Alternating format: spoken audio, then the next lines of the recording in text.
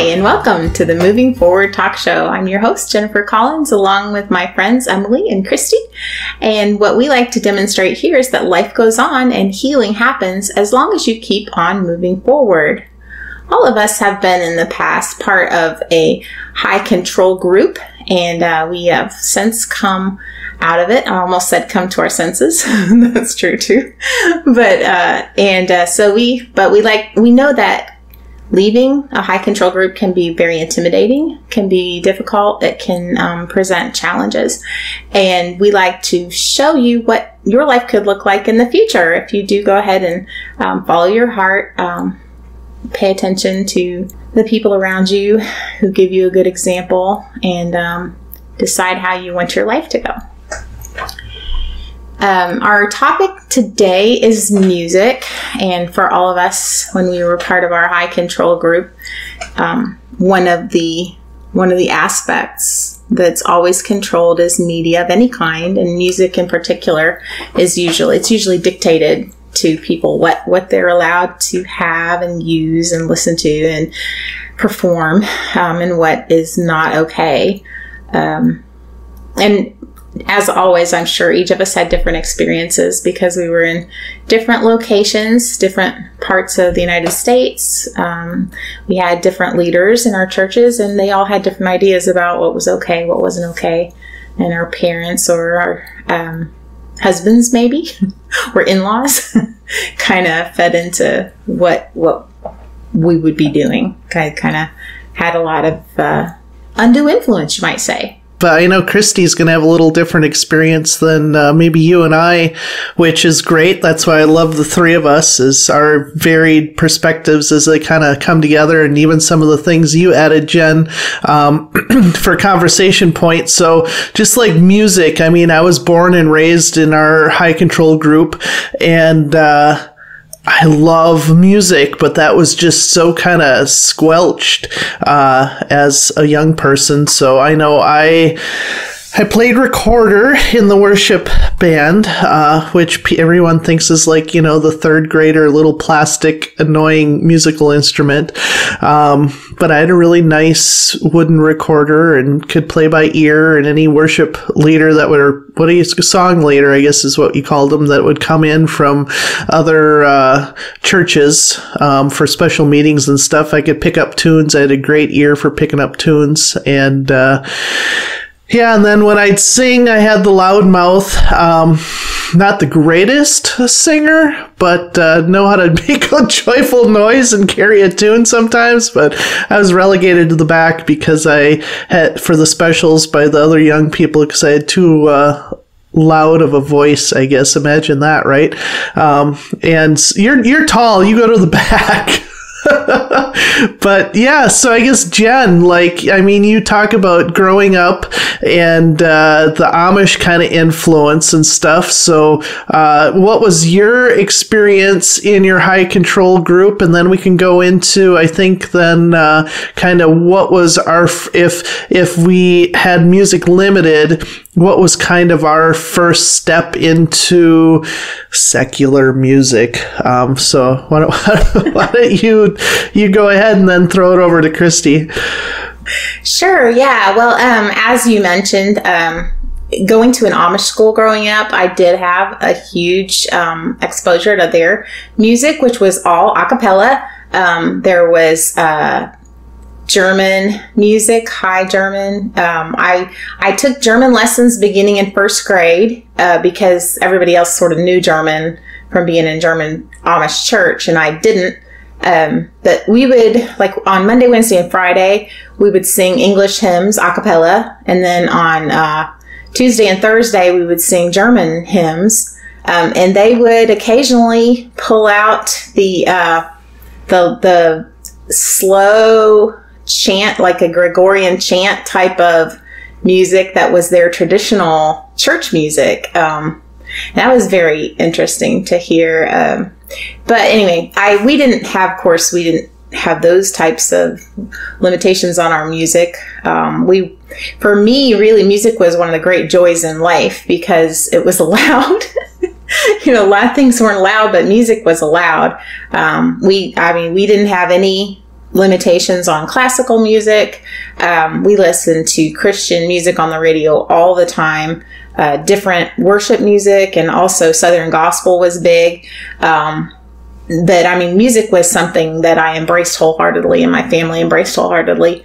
So, I you know, except for rock and roll wasn't allowed, and country was sort of, you had to pay attention to what it was about. And when it started to be about somebody cheating on their wife, you shut it off, you know, or, you know, if it was about drinking, you shut it off, you know, but it was, you know, it was allowed in, you know, in moderation and with caveats, you know, with making sure that it was wholesome. You didn't listen to unwholesome country music. Of course, there were some things that were sort of questionable, like, you know, The Boy Named Sue, because it has some fighting in there, you know, and I think there might even have been a killing, but it was supposed to be justified. But I don't know.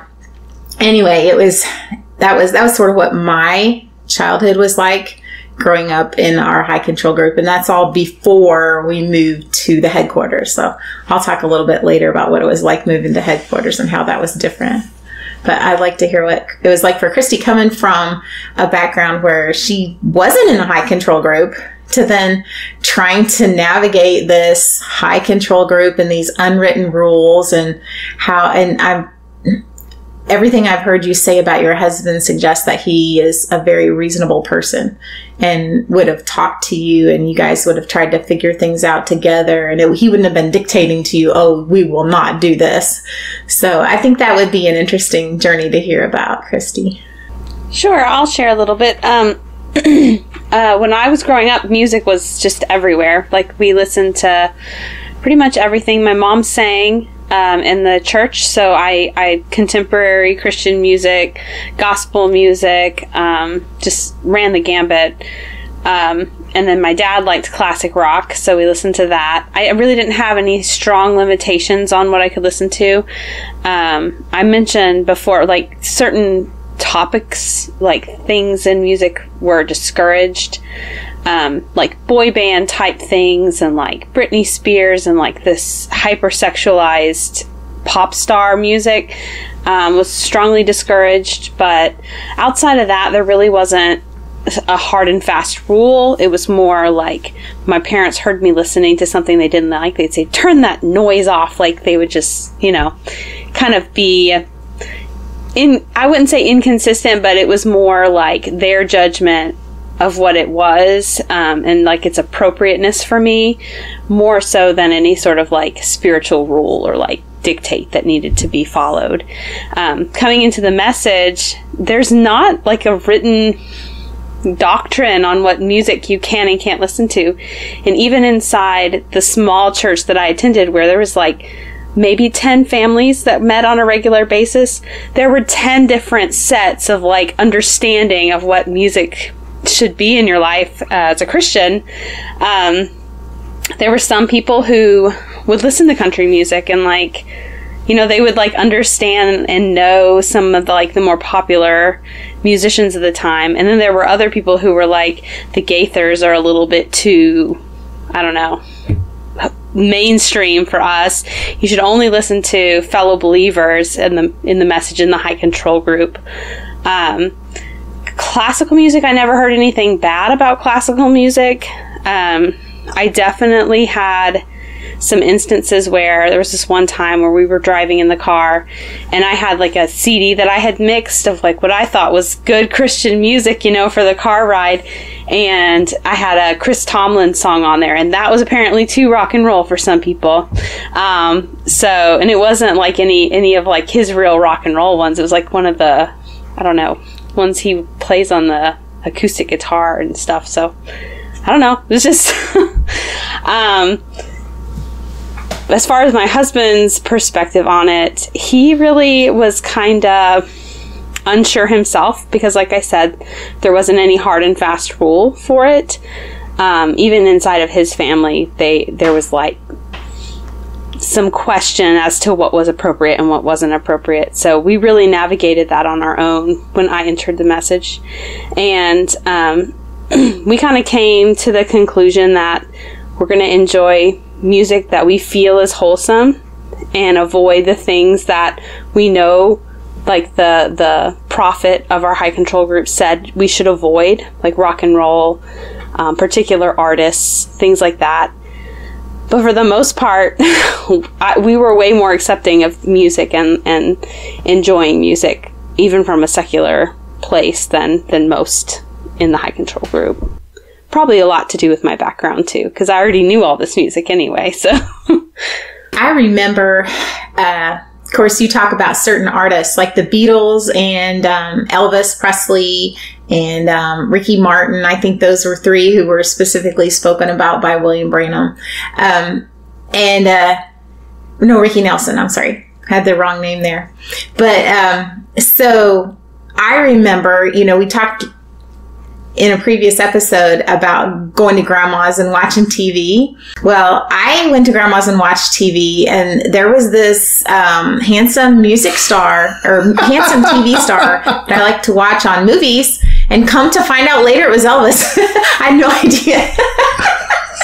Because I didn't know who Elvis was, but it was a pretty wholesome movie, and I was watching Elvis movies. Oh, it was too funny, and I was like, "Oh, that's rock and roll," because this was the 80s. Rock and roll was like hair bands, right? It was Led Zeppelin and AC/DC, and I'm like, "This is rock and roll." Elvis, really? So yeah, I didn't key in that I was supposed to be shying away from those movies, but the accidental sins of the young adolescent. So I don't know if you wanted to chime in again, Emily, before I talk about moving to headquarters, because that was a whole different ball of wax. Yeah, I'm interested to hear about moving to headquarters, because I mean, traveling and going to special meetings at different churches, like one church would have an electric bass and or electric, I don't think it was electric guitar, I think it was electric bass, and it was like, whoa, that's crazy. And then now you see churches in our same group that have drums, and I'm like, what? How can you have a drum? There was like discussion of like, oh man, that gets your foot tapping a little bit too much. I love those songs, and I have the whole songbook, kind of like 246, I think, and the Sing Unto the Lord songbook is Come and Dine or something like that. Whenever it was a special request night, I'd always pick the more hip and happening songs, and was excited about that. But talking about the Sing Unto the Lord songbook, like I remember, because you'd have the Only Believe songbook, I think it's blue cover or whatever color they have now, which had all the prophet songs in, and his special add-on verses to On the Wings of a Snow White Dove and all this. So I remember I was really pretty young, but I remember the adults of the church getting together, and there was different suggestions on what songbook to get of hymns. And no, we can't have that one, because that one mentions the Trinity. There's the Trinity in that, so that hymn book, all those ancient songs are out, because those are evil, because apparently those former church leaders didn't have the special revelation that the Trinity is evil. So I think the Sing Unto the Lord was a UPC songbook, so that's kind of what I grew up with. Yeah, so moving to headquarters, because we all know that the son of the prophet was a little bit more rebellious, so there was like some more liberal there, right? But what was the actual in front of the congregation kind of feel for down there in Indiana? Sure. So before I go that far, we did have, the Trinitarian songs. I think we had Praise and Worship was one of our songbooks. And then we had a blue cover songbook, which I don't remember the name of that one. But we were the super holy people who only met in homes and listened to William Branham tapes. Someone would play the piano and we would sing a song from either Praise and Worship or the Only Believe songbook. And then they would put on a tape that would last for however long, probably until dinner was ready. And we might break it in half or something like that. But when we were trying to, I would say, enlarge our social circle, we would go and visit some of the local churches that were William Branham churches. I mean, when I say local, I say that really loosely. It was like 45 minutes away or an hour away, that we would go. And the one that we visited was very Pentecostal in flavor, and they had the pastor's wife played an electric guitar. There was a bass being played, and that was their. And they had a long song service. They had a long service. I remember dreading going to church there because it was so long. If we just listened to a tape, we would cut it off at lunchtime, Well, lunchtime comes, you turn the tape off. And besides, it's in somebody's home, so you can lie down on the couch and put your head in your mom's lap or whatever, go sit in the corner and play with little people, probably, if I remember right, Fisher-Price little people.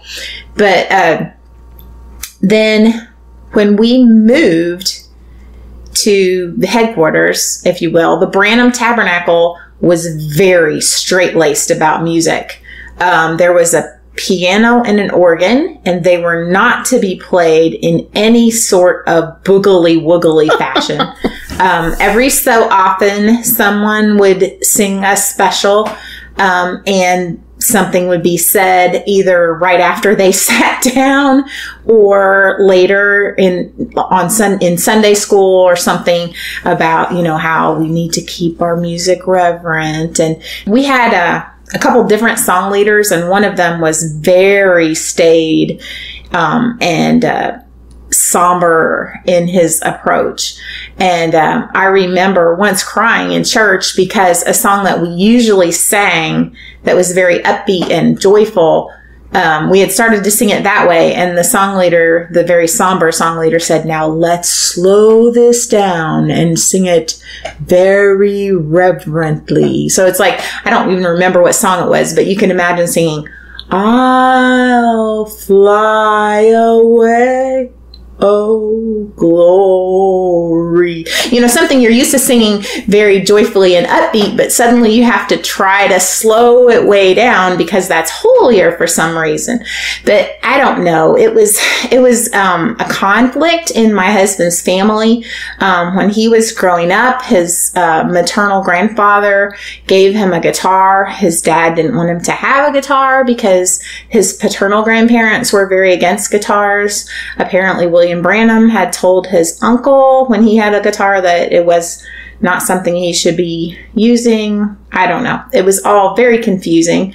And so just like with the television, my husband decided to go the route of the family that made sense and go ahead and play his guitar, and play it in a way that was wholesome and that was God honoring. So, but yeah, it was really a weird aura around here about music and worship music, and the young people were not about that at all. And we would go to other churches to visit, and they all had guitars. Some of them had drums. Yes. Oh my goodness, drums.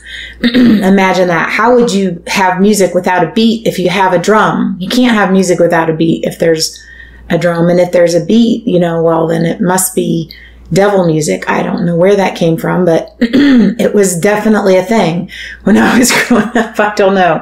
I don't know.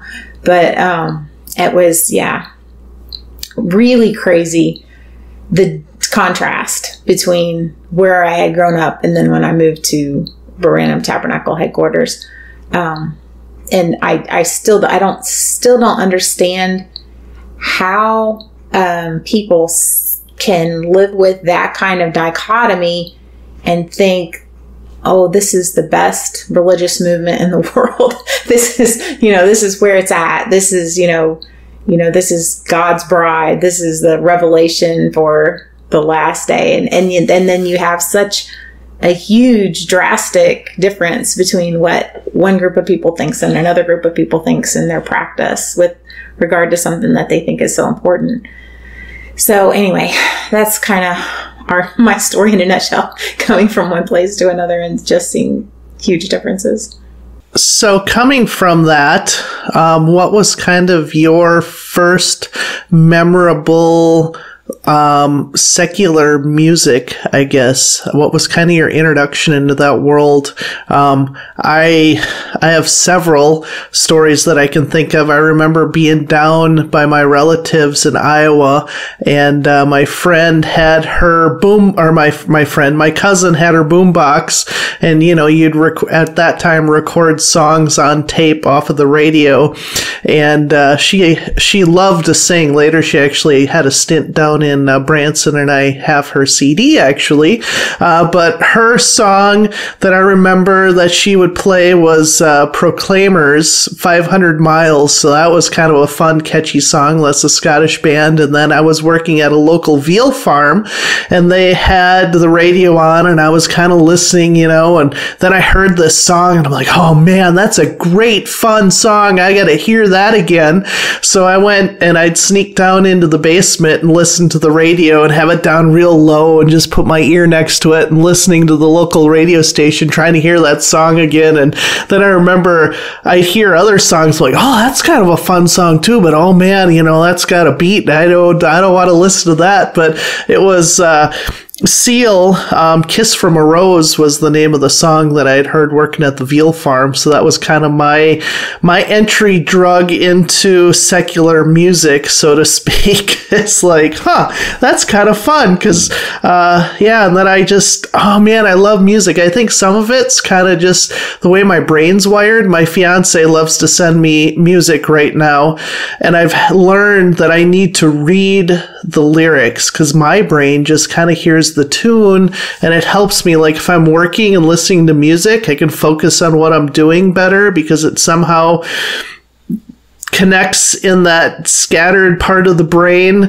and keeps me kind of focused on other stuff. So I know working in the veterinary field, we'd always have music on. There was one doctor that didn't care for it, but we'd have music on while we were doing surgery because it just would help you focus better, having that kind of noise. I don't know, maybe it doesn't give that odd silence for all my stories in my head to run through. But those are the Proclaimers, 500 Miles, and Seal, Kiss from a Rose were my memorable songs that got me. And then I got a Walkman, and then I started listening in headphones, and then I got a radio in my room, and it was all a slippery slope there, sister. So what was your slippery slope?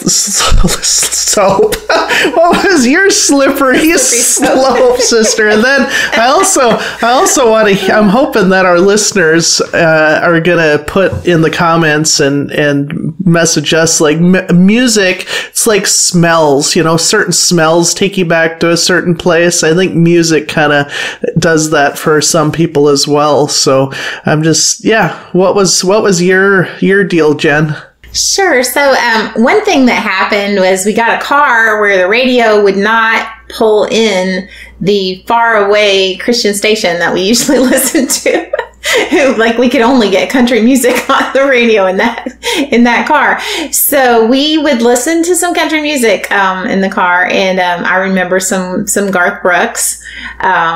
And that was fun. But there was a song when I was much younger, and I've Googled it a million times, and I still don't know for sure if I have the song pinned down or not. It went like, I don't want to lose your love. I don't want to be the one who's brokenhearted. You're the only love I've ever known. So that was, I don't know. It was, I don't know if it was pop or if it was soft rock or some kind of country. I have no idea, but that was just a song that I heard on the radio. I think one of the Amish kids was babysitting us and was playing with our radio because they're not allowed to have radios. They're quote unquote not allowed to have radios unless they're in their Rumspringa years. And so they were playing with our radio. And so we were listening to something that I, wasn't used to listening to, but I didn't feel particularly condemned for doing that. I think I was probably really young, and I don't know. Music never felt sinful to me, at all. I wasn't fond of like hard rock stuff. I remember being really confused because my aunt's stepson, he had a girlfriend who was the pastor's daughter at my grandparents' church. And he said, well, she listens to rock and roll, and she's a Christian. She's like the best Christian I know. And so he made me listen to a song. It might have been Christian rock. I didn't believe there was such a thing as Christian rock. I told him that. I said, there's no such thing as Christian rock, because then it has a beat.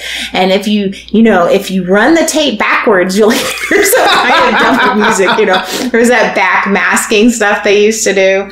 Yeah, he's like, no, that is not true, So this was a little bit older person, kind of, it was like my step cousin. And then that girl that he was his girlfriend, I looked up to her quite a bit. So it was really hard for me. I remember crying a little bit because I was so passionate about the way I had been taught was right, but yet I couldn't see how they were that emphatic about me being wrong. It was just really weird experience. And I remember going to a street fair with his girlfriend, my friend growing up. She's since passed away. She died of breast cancer young.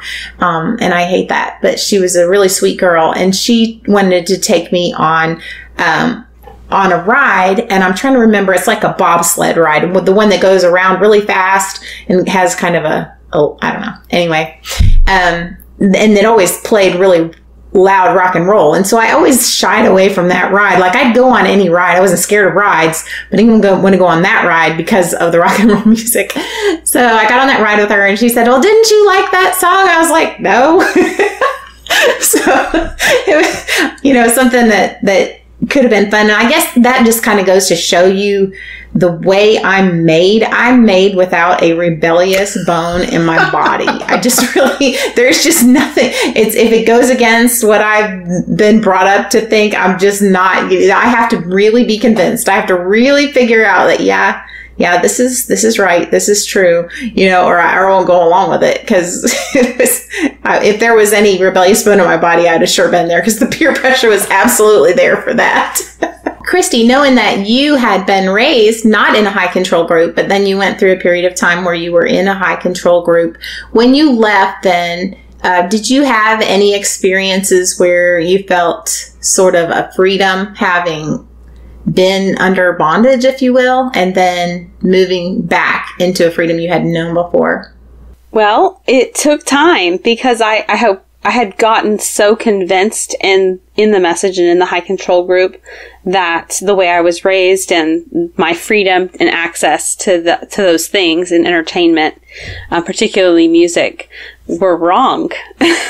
So I was convinced of that. And then when I left the high control group, that concept of like conviction and shame doesn't just like disappear overnight. It took me time to deconstruct what had happened to me and what I had experienced in the high control group.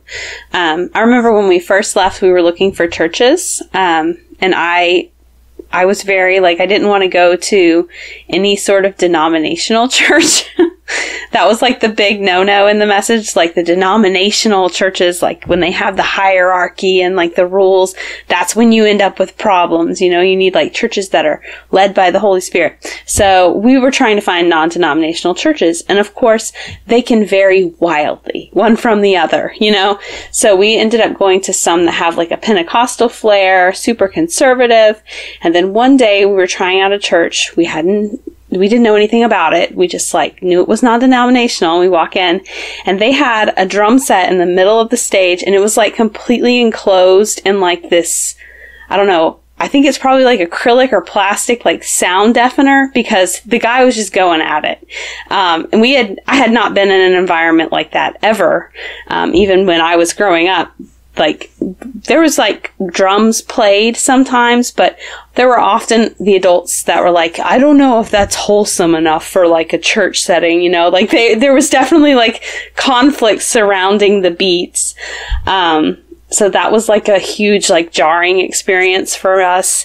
And it took several years to get back to enjoying music without feeling that shame and without having to process each and every song that I listened to make sure I was okay with it spiritually, So I would say, growing up secular, coming into a high control group and leaving, it adds its own sort of set of hang-ups for you. Well, and maybe especially because you felt that you had chosen your own path in a way going into your high control group. It wasn't something that was pushed upon you from the time you were a child. Yeah, I can see where there would be a lot there to sort of unpack as you were moving back away from that again.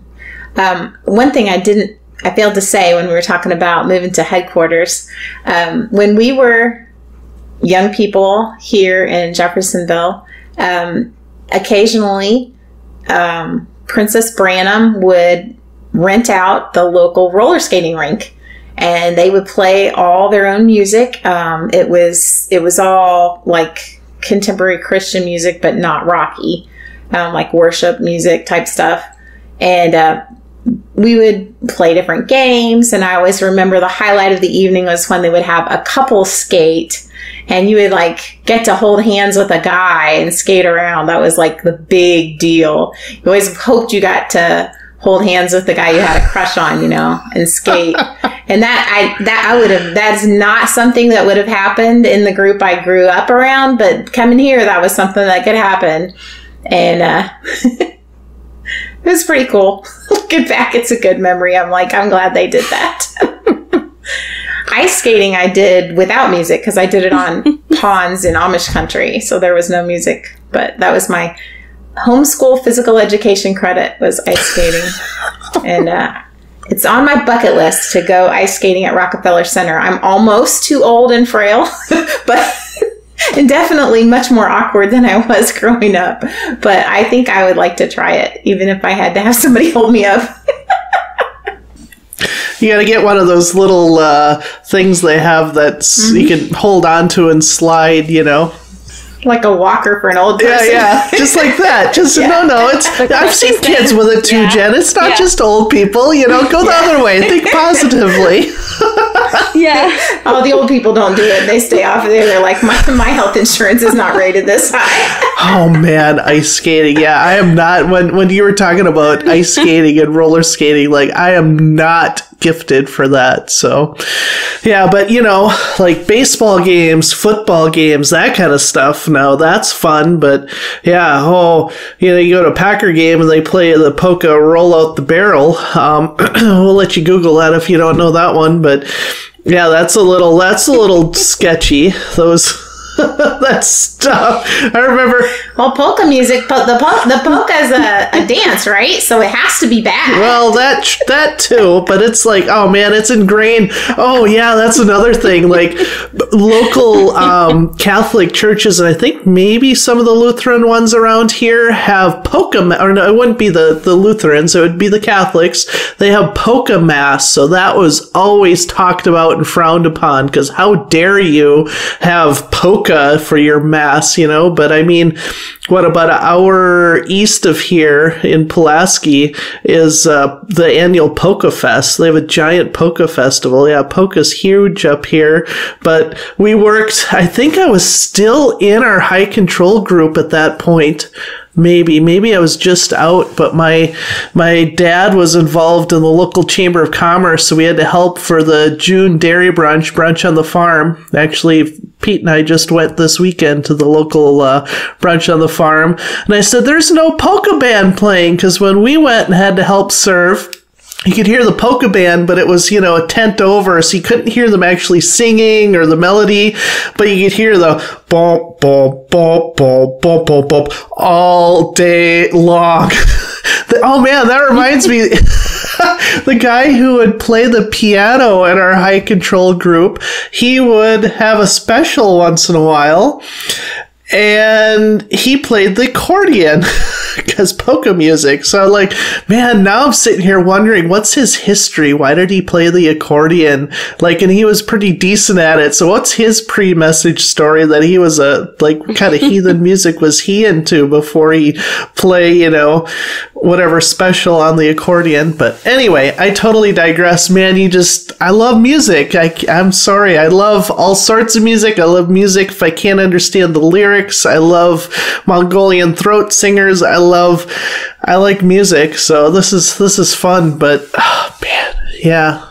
Nope, never skated. So you go, Jen. You need to go and Go do that. Maybe you can do a remote moving forward from New York and let us know about how your skating adventure goes.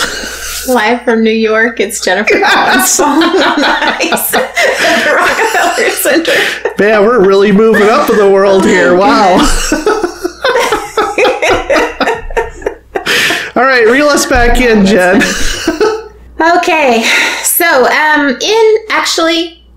all the way through my message experience, piano was like the ultimate. Like, everyone wanted to be able to play the piano really well.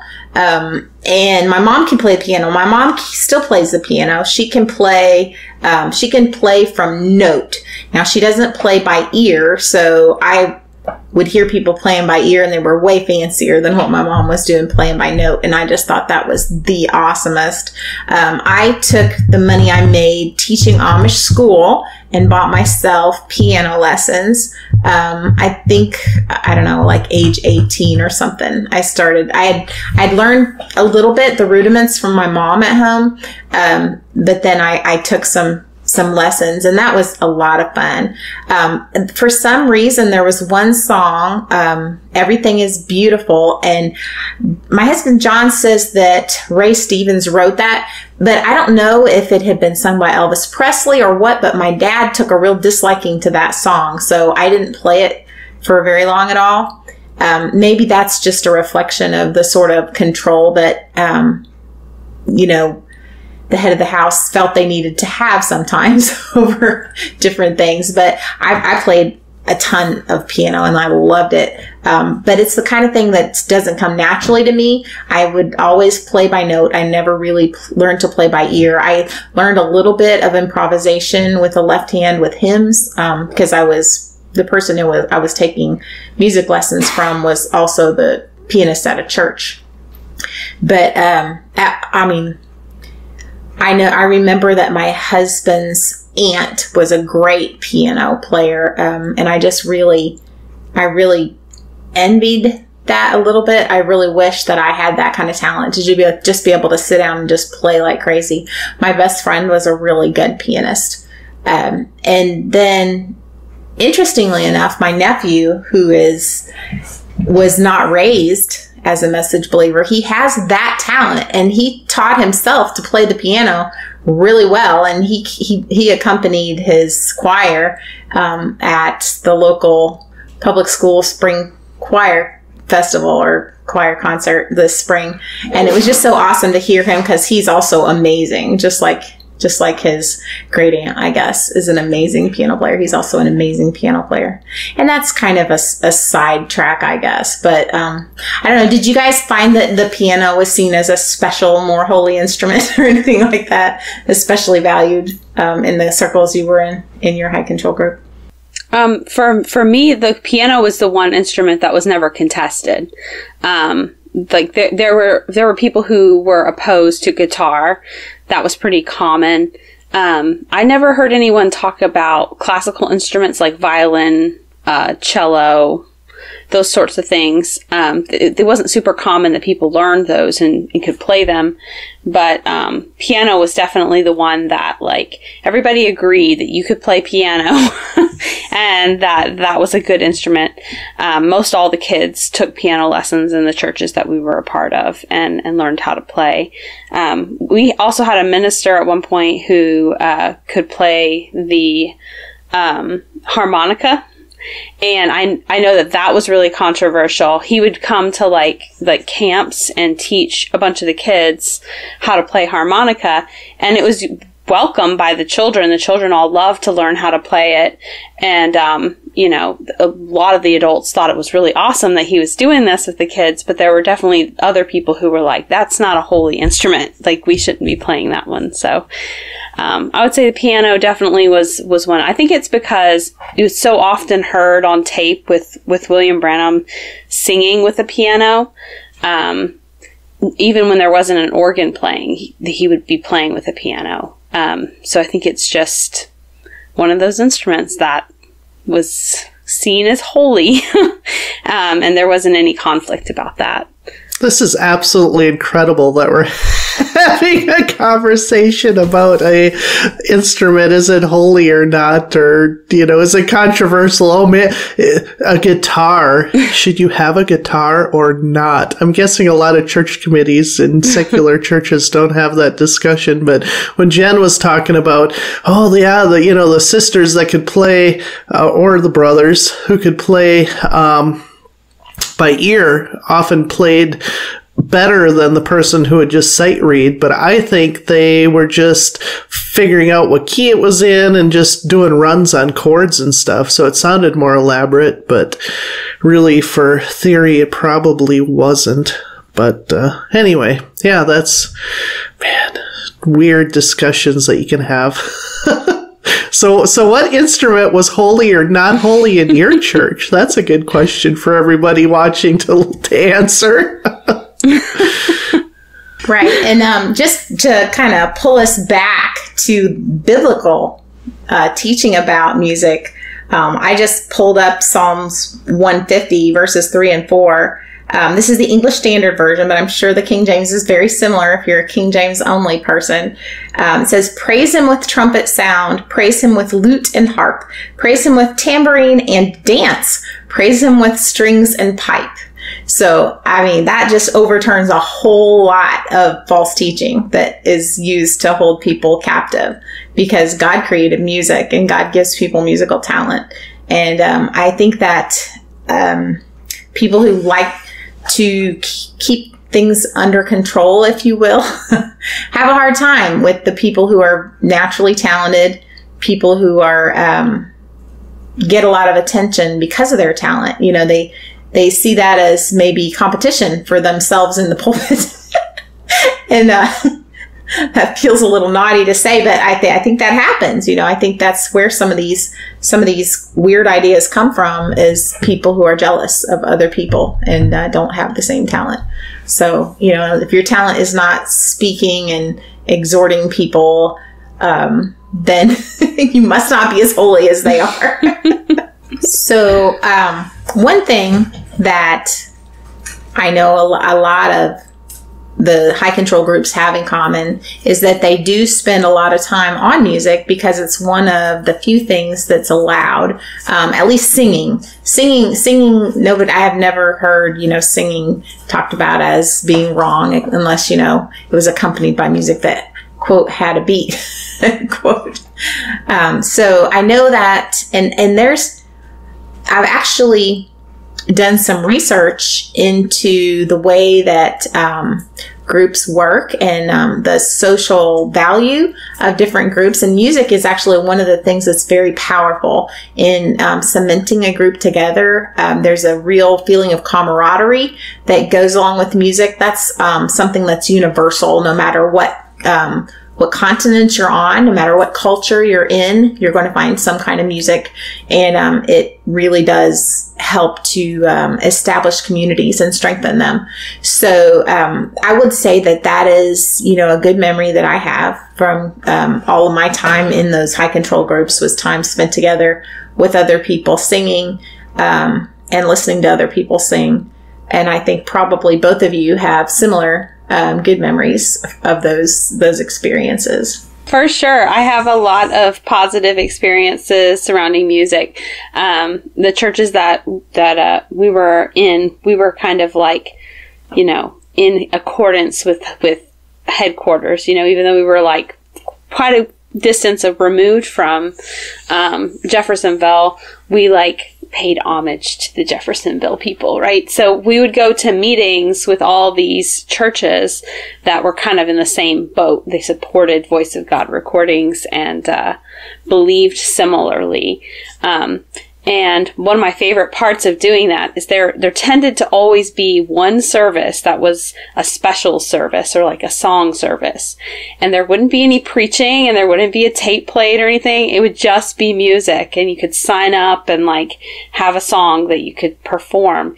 And that was the best night, because you get to hear all these excellent musicians perform. I love to sing. So that was something I always did. I always had a song at those special song services. usually more than one. I would sing in a group, and then I would sing by myself. And the instruments, like a lot of these churches, they would have like families with lots of kids, and all the kids would play instruments, and so you could see like, you know, tiny little 6-year-olds playing violin. I don't know. It was just such a fun experience, and so many fond memories surrounding music and getting to know other musicians. Especially as a singer, I would talk to a lot of like the sisters that also sang. We would find we have commonality on what we enjoy singing, and we would share music pieces and stuff. So yeah, I agree, Jen. I think that's one of the huge things that was hard to step away from, was just that ability to get to express myself through music.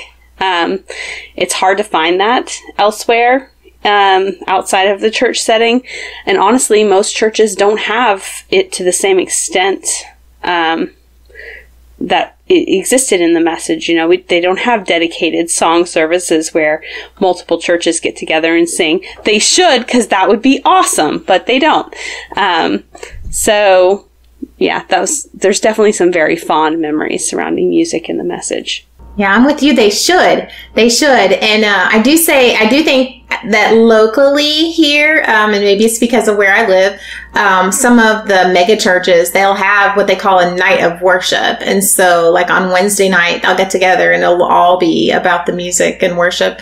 And, well, there are, and that's not to say that there aren't other settings. Like my son loves choir at his high school, you know, and I'm thrilled to death that their choir leader is a Christian man, and they're singing all kinds of the Hallelujah chorus and the Battle Hymn of the Republic and things like that. But there's also like folk music. There's like a subculture of folk music junkies who get together and just sing, and even like little bitty kids will lead the song. One of my friends online, she does that, and maybe that's a regional thing. So she lives back east.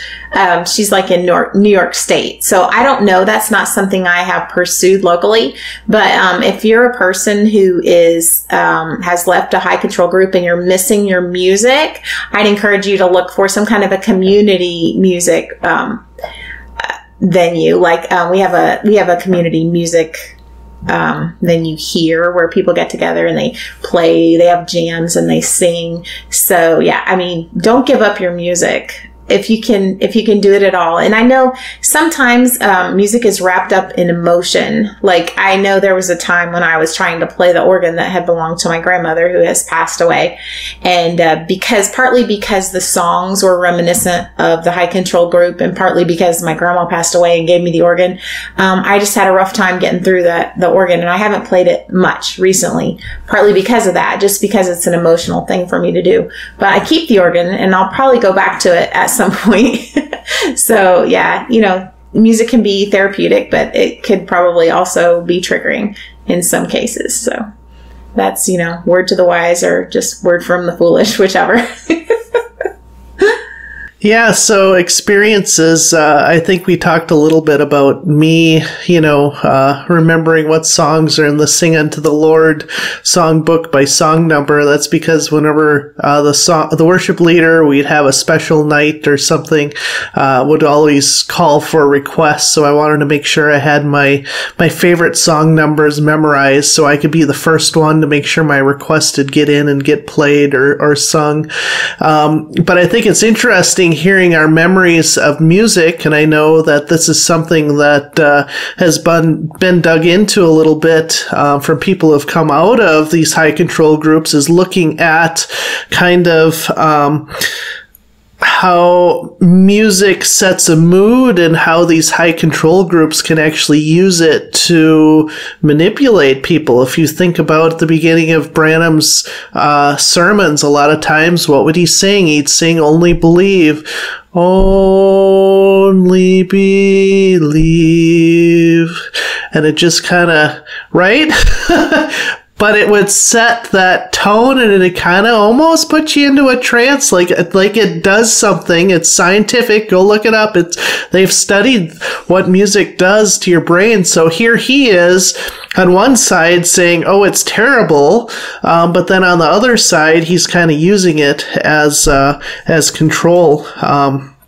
So, thinking about alternatives, Kristi, like I like local open mic nights or stuff like that, or being interactive. I mean, again, terrible singer, but I love singing karaoke because it's just it's a fun way that's not religious to interact with the music. And then another thought that came to mind is even theater. So I don't know what your thoughts are, because music is definitely intertwined within theater. I know that can go off into a whole nother thing. We kind of are, looking at music, but kind of want to touch on theater a little bit. So what do you have on that one, Kristi?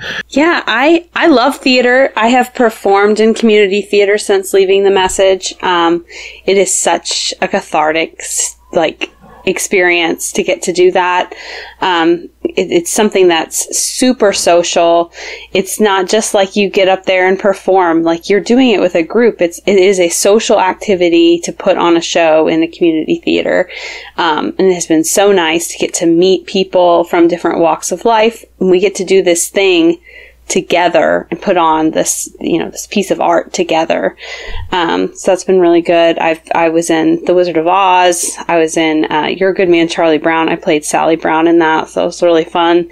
So yeah, I've done quite a bit of community theater, both by myself and with my daughter. Let's see. I have sang karaoke. I like it. I don't have a lot of friends to go sing karaoke with. A lot of my friends are like, "You can sing, Kristi," and that's no fun. Like, I want to go and have everybody get up on the stage. I just need to find some singer friends to go with. But so I have done karaoke, and that's really fun. I sing all the time. I just sing with my children. I make up songs with my children all the time. I don't know. It's pretty much constant. So I feel really fulfilled in my life with that. The only thing that I wish I could do is be a part of a choir. There's just not most churches nowadays don't really even have choirs in the same way that they did. In the message, we didn't have a choir. So I know most denominational churches don't have choirs. They have bands, So the churches we went to after we left didn't have them. So that would be really fun to get into. I know that there is an adult choir in this area. It's done at a local, college. They have a ladies choir that they host. So yeah, there's so many different avenues you can explore. My limitation on getting into any of those things is time. I don't have infinite time to go out and fulfill my every desire when it comes to musical expression, but there's definitely a lot of things that you can do. Theater is a big one, and that's one that I have done. You're making me think about something we do here. My husband's brother is very musical, and I said that my nephew is very musical, and so they'll come over and we'll put on YouTube on the big screen TV, and we'll look up karaoke songs, and we'll sing karaoke songs. We'll take turns picking out which song, and so there'll be 6 or 8 of us singing at one time, and it's so fun. It is just a blast. But yeah, you need to find whichever people you can find in your neighborhood so that you can even just do that, because that's fun. Yeah, that sounds like a lot of fun, Jen. And Kristi, when you were talking about theater, you brought back a really great memory of when I lived overseas, and I was living 18 months up in a very, very rural area. Actually, an area that's so rural that the Peace Corps doesn't even allow their volunteers to go up there because it's a little bit dangerous. But there was a gentleman who was running the local UNICEF who was from the UK and a thespian. So he wrote a play, and I had a chance to be in my very first play. If you are so inclined on YouTube, you can go see it. It's a Karamoja Tale Final is the name of it. But it was a riot to just learn. It wasn't musical, but it was fun to learn the parts. But the gal that I was playing opposite of. The second day, the second performance, she came absolutely just plastered. She was so drunk. So all the cues that I had learned were gone, and I had to try to figure out how to salvage my lines and keep the story going with her kind of half lines and help kind of lead her along. So yeah, when you were talking about that, like you say, time, if I had more time, that would be fun to get back into and do a little bit of theater again. That's just, it's, here I was, the shy, quiet, introverted little kid that stood in the corner and didn't, want to make a noise. And, so many aspects to your life is controlled. But I think that's kind of part of the moving forward aspect is kind of discovering who we are and that kind of stuff. So, yeah. And with all that, Emily, how do we go about that? How do we decide what we are going to choose for our lives when we've spent so much time under someone else's ideas? How do we figure that out? For me, it was a matter of stopping my inclination and my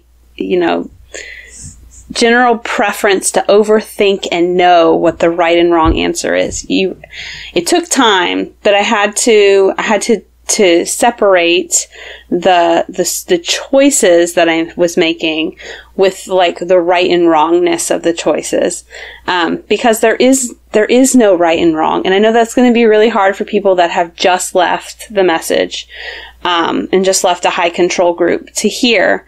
But when it comes to something like this, it is cultural.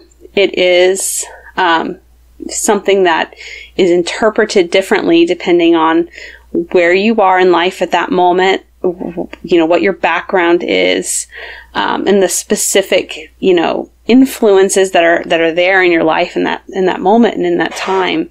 And starting to recognize that is really, really hard when you leave a high control group, because you're used to and comfortable with the idea that somebody knows better than you what the answer should be. And you want to find that and defer to it. Well, you can't do that in everything in life.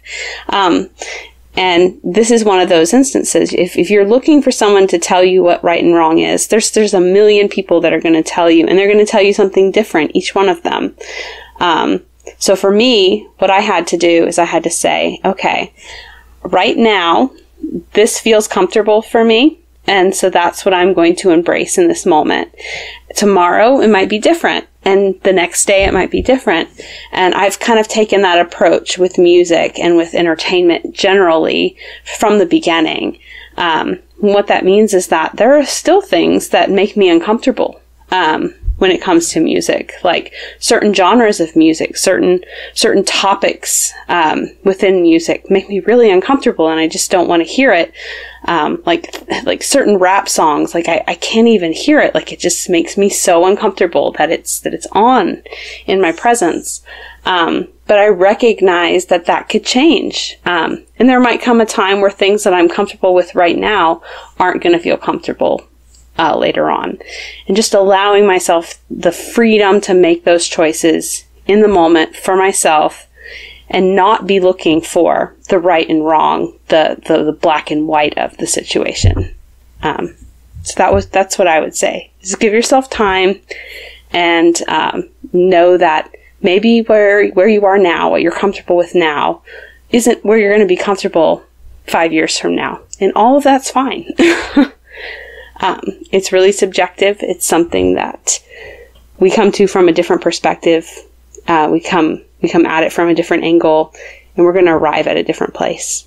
I think what you said about being very subjective is hard for someone who's just left a high control group to wrap their head around. Just thinking about some friends who had left, after 30 some years in it. It's like, well, is this right? Is this wrong? They had all these questions. And, yeah, when you're talking about what you like today might not be the same as what you like tomorrow, I think about my own evolution within music and going from, just classical music and then hearing secular music and then going into liking Limp Bizkit and Eminem and then finding Christian music after beginning my journey into Christianity out of the High Control group and hearing Skillet and then Christian rap.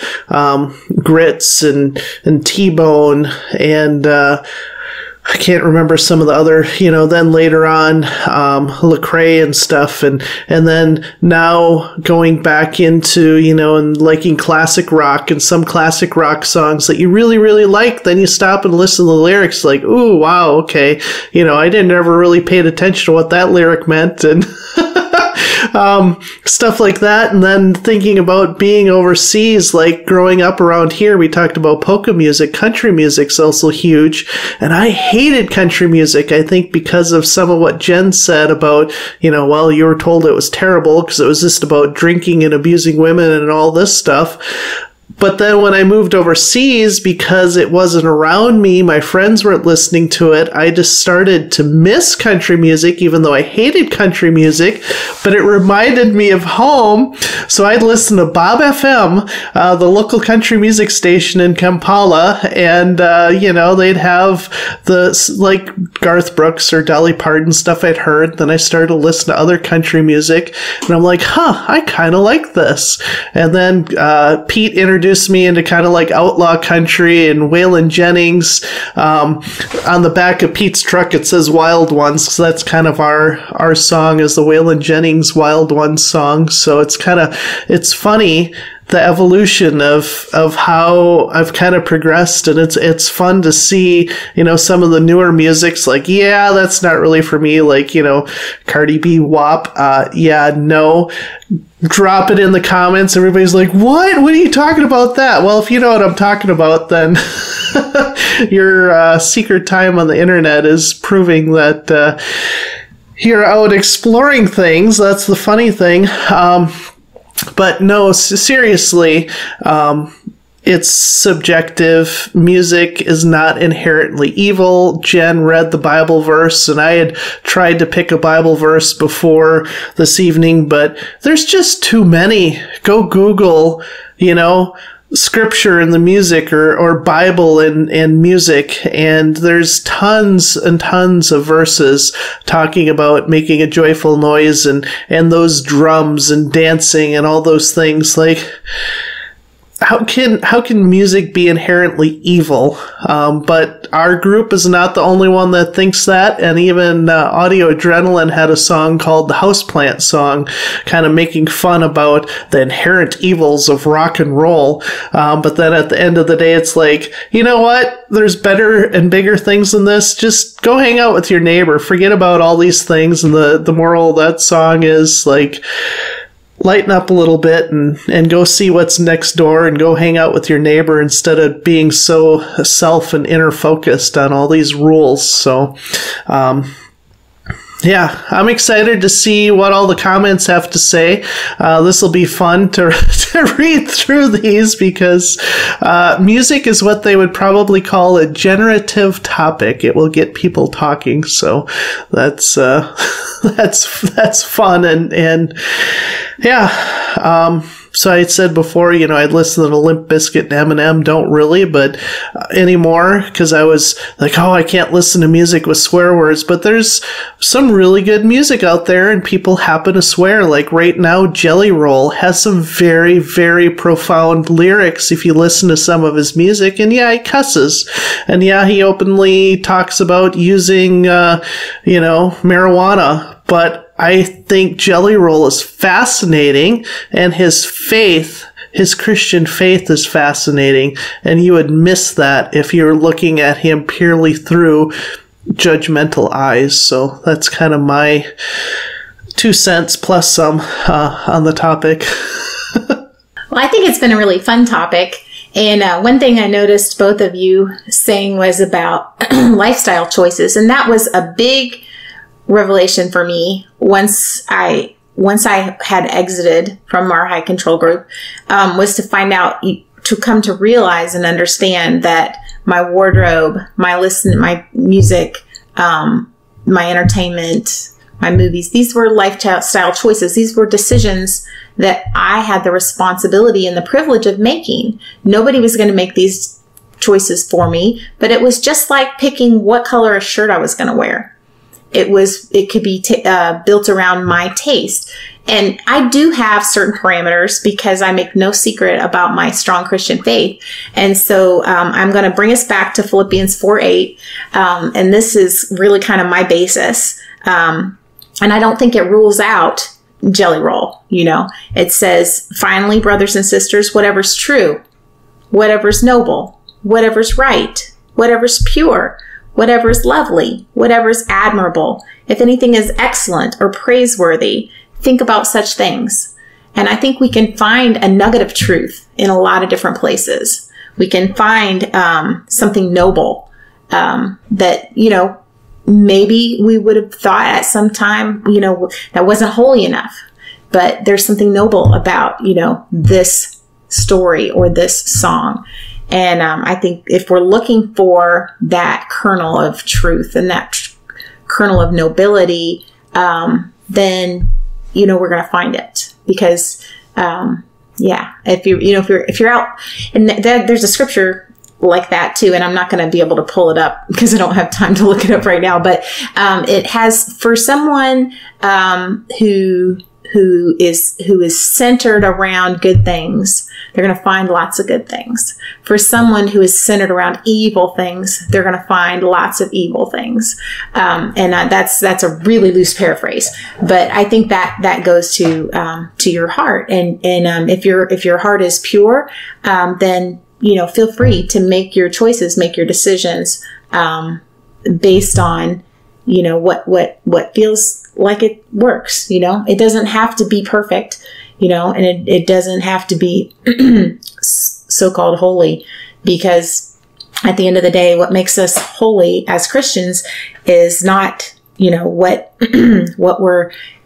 comes into us, but what comes out of us. So hopefully we are showing the world love. We are showing them grace. We're showing them that we care about them, showing them that we have something to offer. So that's my little soapbox. And I'll get off of it. But if you're just having left a high control group, we would love to hear from you, the things that are challenging for you, or just ideas that you have for future topics that maybe you're struggling with or that you would like to hear more about. So feel free to contact us. Thank you for listening. We hope you found the show informative and helpful. Feel free to contact us. We're over at movingforwardtalkshow.com. You can send us questions. You can send us ideas for future shows. And we all look forward to hearing from you as we continue to try to demonstrate that life goes on and healing happens as long as you keep moving forward.